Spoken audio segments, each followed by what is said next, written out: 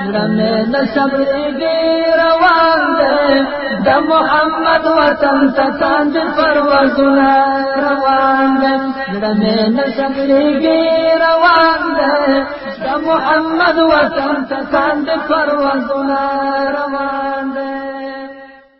دا ځوان که راپورته سي د شپې په تاریکۍ کې او دغه قرآن رب ته داسې ونیسي، ربه ما ته عذاب مه راکوه، ربه زما رزق راسم که.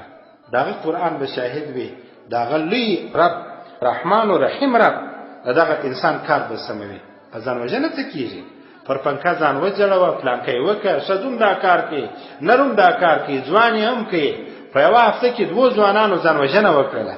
ولې یې کوي؟ څه پېښه ده؟ پېښه به یوازې د خواهشاتو وي.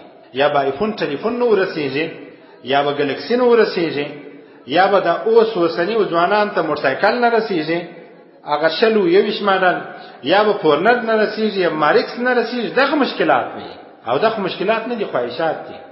صحراو ته ځئ او که نه ځئ تاسو، هلته انسانان جوړ داسې دي، بچی جوړ داسې دی، که یې چمپل و په پښو کوي، که یې نه په پښو کوي.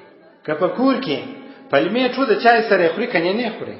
که سهار چای ډوډۍ ورسره راواخیستل خوري، که یې نه خوري. خو په ښار کې بیا برعکس خواهشات څومره ډېر دي. په کور کې به وچه ډوډۍ چای به یې وای، په کور کې شی نشته، موږ د چای سره څه شی وخورو؟ هغه شته او که نه؟ بسکوټ به یې وای څه شی وخورو؟ ملای به یې وای څه شی وخورو؟